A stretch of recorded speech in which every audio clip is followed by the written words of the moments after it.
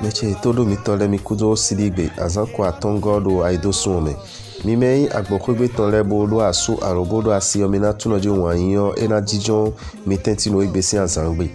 bokala don midoje mini tunpumoloje mime makaudo asu a mime maudo asia mina moloje wan isi apakweyo mena imiton mina do meyo ba meyo kana do zonmi feeling ni tawo me mo kotona de mi muna don miloje planete yoro veni so ena mina go alo mi do akwesi apakwe bokala go don miloje lo igbesi azangbe ro po mina ro ganji ro agbazame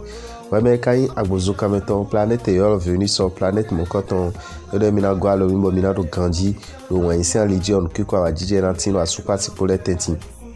bo mina do lini dagbe do mi lewu weme makaudo asu alo weme maudo asia mina do ni dojiro ani tukum dojiro wan isi apakwe o me bade o me mo koton ekun ime bonado me bisi nukuta ponwo bokala bodo ni dojiro akwesi apakwe o mini tunoju mini blo dede boblo economic pedilo igbesi azangbe e mazan akwa wutu la menano ga isi apakwe o mikara ganji la gbazami tome weme yin werubuo boko do asu alubodo asio mina do mi dojo mini tunkum dojiro egbesi azangbe o edo di dojiro hojo ho ni dono asumeton ala asimeton adima hodima no meteti o weme makaudo asu alo weme maudo asia mina do ni dojiro anindo acheji bo tuno mene asunu alo mene asinu me ro apato efetu alo fili bopon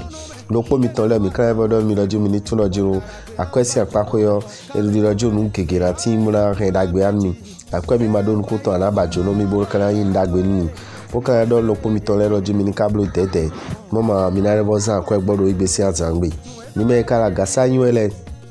ina don mi dojo mini tuno jiro mi me kodo asu alo mi me odo asi okondo po ena tilo asupasi potenti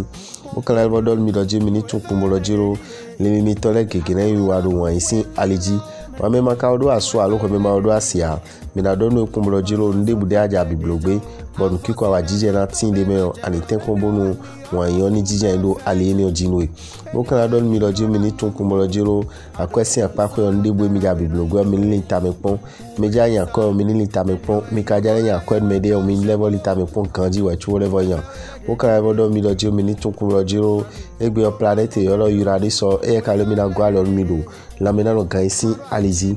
mime kalo kinikini yuele planet Uranus o planet mokoton ele mina go alonu asupa sipole mi kala lo god mi o mina tukumoloji de mina blogun onuko ina tin mi de mina blogun bo kondo pona tin o mi de po asumi ton potenti on mi te ko ko kan mokoton bokala no we me kalo kinikini yuele jiro we me ma odo asu alo we me ma odo asia dojiro ani tukumolo jiro ndewude ara zero te bonuko ina do tinu yo ani tenkombonu numo koton ani ma ho nu pontinho bokala bodon lo pomito kinikini le roji mini tunkum jiro nimi wa akwesi apakoyo kwezi kamito egbeton ekuna yan mi debu lopo de mina tunkum we rojiro mi me treodo ahode ro te dayo mina mo we mi de mina so aho mo koton na do igbesi azangbe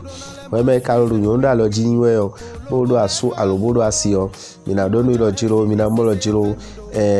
hovovo na tino asupa sipotenti medio na ovodo medio super ovodo ekunka ndagbe o we me makaudo asu aro we me maudo asia planete yoro veni so planet mokoton ere mina go alonu mi kan go alonu mi o mi ni tunpumoloji o ndegbe mi ja biblogbe o mi ni tenko bonu nu mokoton mi ni ko kan ton bonu dagbe na do tin mi lo wan isi aliji mo kan bodo mi loje akwesi apako yo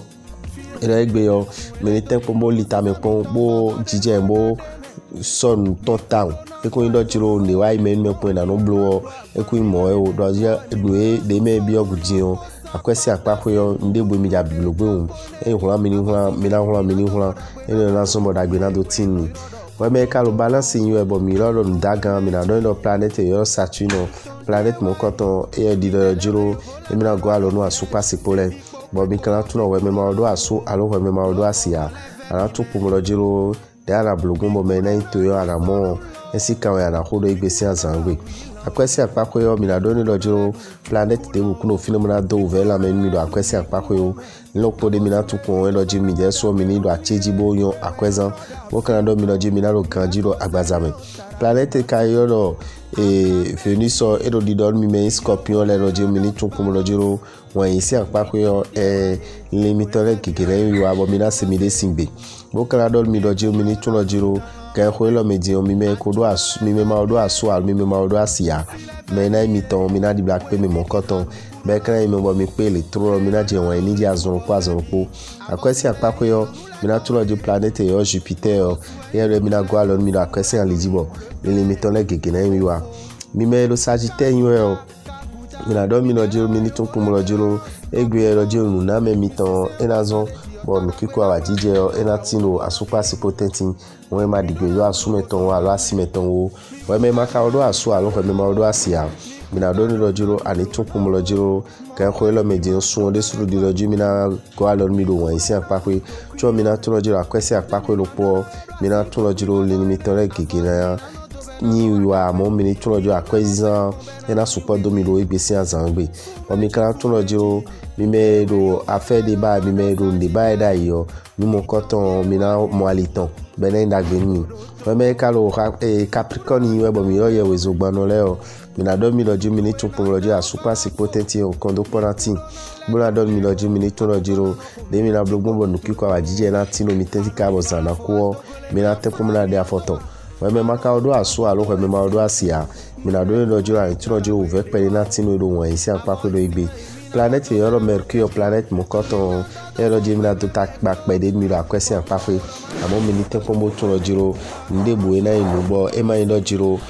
dandame do na de akwe mon coton to egbe we ya mi ma khajibo de akwe de ton din utu lo egbe o we me ka lo verso nyu e mi na do ni do jiro mi ni tun lo jiro wan yin anamo ido alome bo nuko ina do tinwe mo kala bo don lo pomi ton le lo jiro mi ni tun lo jiro mi me ma odo asu albi mi ma odo asile a mi ni tun kumbolo jiro mi mi ma do mi kunto mi na yin mi motoro wan yin se apakwe mo kala bo don mi lo jiro ni mi wa akwesi apakwe de so tarage yo e kuna le goma sekpon mi yo àwọn mi ni tun kumbolo jiro ni lopo de mi na block mu o eno jiro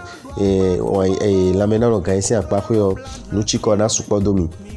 bo mi na tun lo jiro ndebu de mi ja bi blogbe yo nu mo koton de mi na zero table nu ko ina do tinu mi yo nu debu emi lo na lita me po kan ji mi na level jijan wa cho do tan mo koton me we me ka lo we vi nwe yo mi na do ni lo jiro ani tun lo jiro kan ko lo me ti yo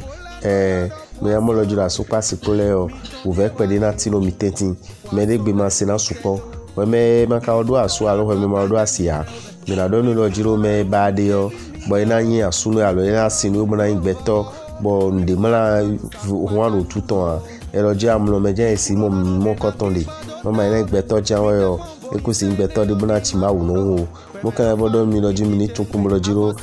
question apako yo mi ni tun lo jiro mi e ba mi de yo kan ko lo me di aliton la ho mi bo mi na mo question alimo koton to ko mi ton le mi kan ebo tun lo jiro ni lo jiro mi jai yan kwede we a mi jai bio akwede we o e don mi lo jiro gbese azangbe o ekun yin mi debo ta me ora bitan ndogbe mi mo lo sidigbe lo ni FIFA lopolopo mi ton le mo kan do mi lo li aso mi jabi o di mo mois de juillet o ju ene na sin na lo akwesi apakwe mi mo toro le mi mo vierge mi mo capricorne mo verso ezo mi na don toro vierge capricorne ko verso ko lo jiro eni tempo bonu parfum salmo de Genève eni tempo bonu parfum ni onima ha yo no toro vierge capricorne ko verso ko parfum salmo de Genève mi sa chaki we adare maje pere kondo wule si pe meji besin le asonsi azanu konto amolo jiro taragbe na tinu bonu ko na do tinu e me bi hiro akwesi apakwe ena chelo polopo miton numéro miton 94 46 15 75